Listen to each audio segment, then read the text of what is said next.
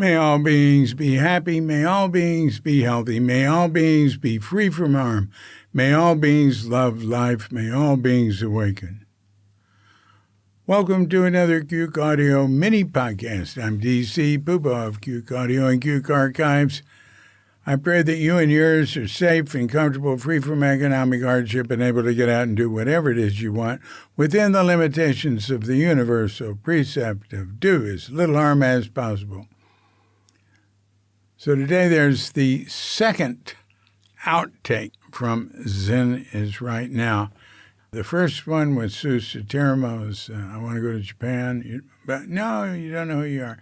And then I went and read Suzuki's letters. So now we're on the second outtake, and I will try to get through them all without getting sidetracked. Tim was in the pool in the creek outside the steam room when Suzuki crossed the bridge to go to the baths. That was before we made a special Abbott's time. Suzuki stopped and stood on the bridge looking at Tim. Tim said he felt self-conscious because he was sitting in the creek naked looking at his teacher. Then Tim heard Suzuki's voice say, "Be yourself." Suzuki turned and continued walking into the baths. His mouth never moved, he said, but I heard it. That's Tim Buckley. Dearly departed Tim Buckley. Yeah, so that would be before the first practice period, which was July 67. I think, he got his own bath period imposed on him, probably in June. So, and Tim was down there, yep. This is not a unique story.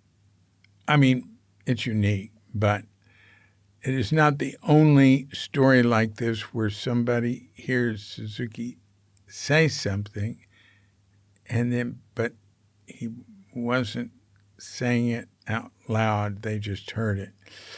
But, I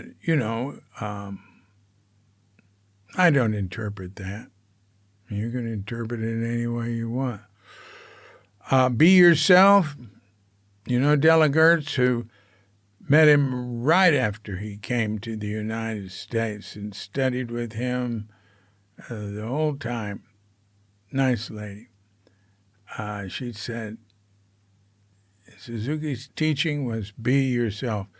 And in, some lecture I've been going through or for podcast or for a lecture excerpt, he was talking about, it all gets down to just be yourself. That's very interesting, huh? Buddhism, which one of the three marks of existence, or whatever, I forget, is no self. I guess three marks of existence. No self, impermanence, and suffering. And no self is fundamental of Buddhism.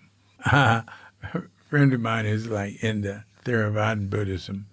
He was reading Crooked Cucumber. He said, "Oh, wow, it just reads like butter. It's just really good." But then when he got to a place where Suzuki used the word self, he stopped reading it. "Well, I've never heard anything like that. Self? Doesn't he know there's no self?" Suzuki would use the word self, yes. I just told the person, I guess he just didn't know that. He should have met you, and then he could have learned. But, of course, we use the word self. Sometimes he'd say the silly self.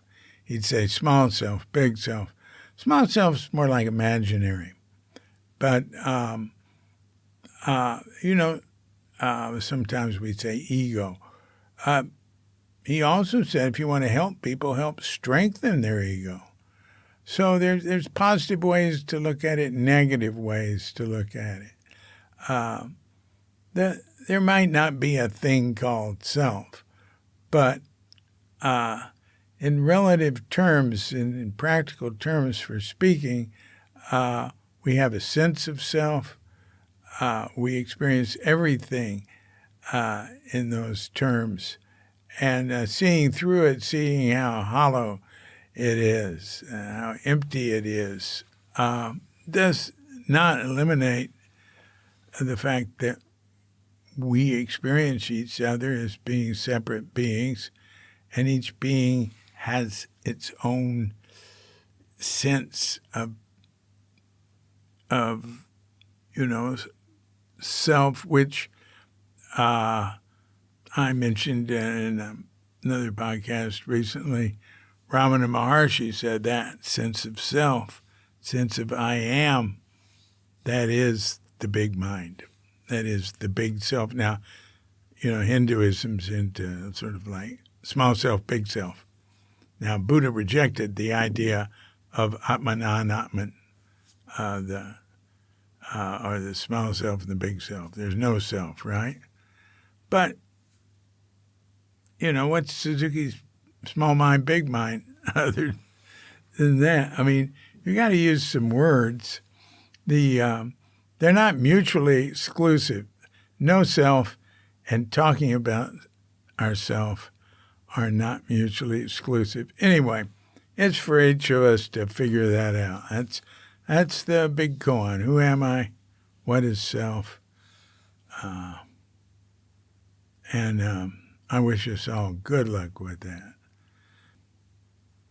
This has been a Cuke Audio Podcast. I'm DC Poobah of Cuke Audio and Cuke Archives, coming to you from sleepy Sonora with Dogette Bandita, Feline Cuchita, and dear lovely Katrinka.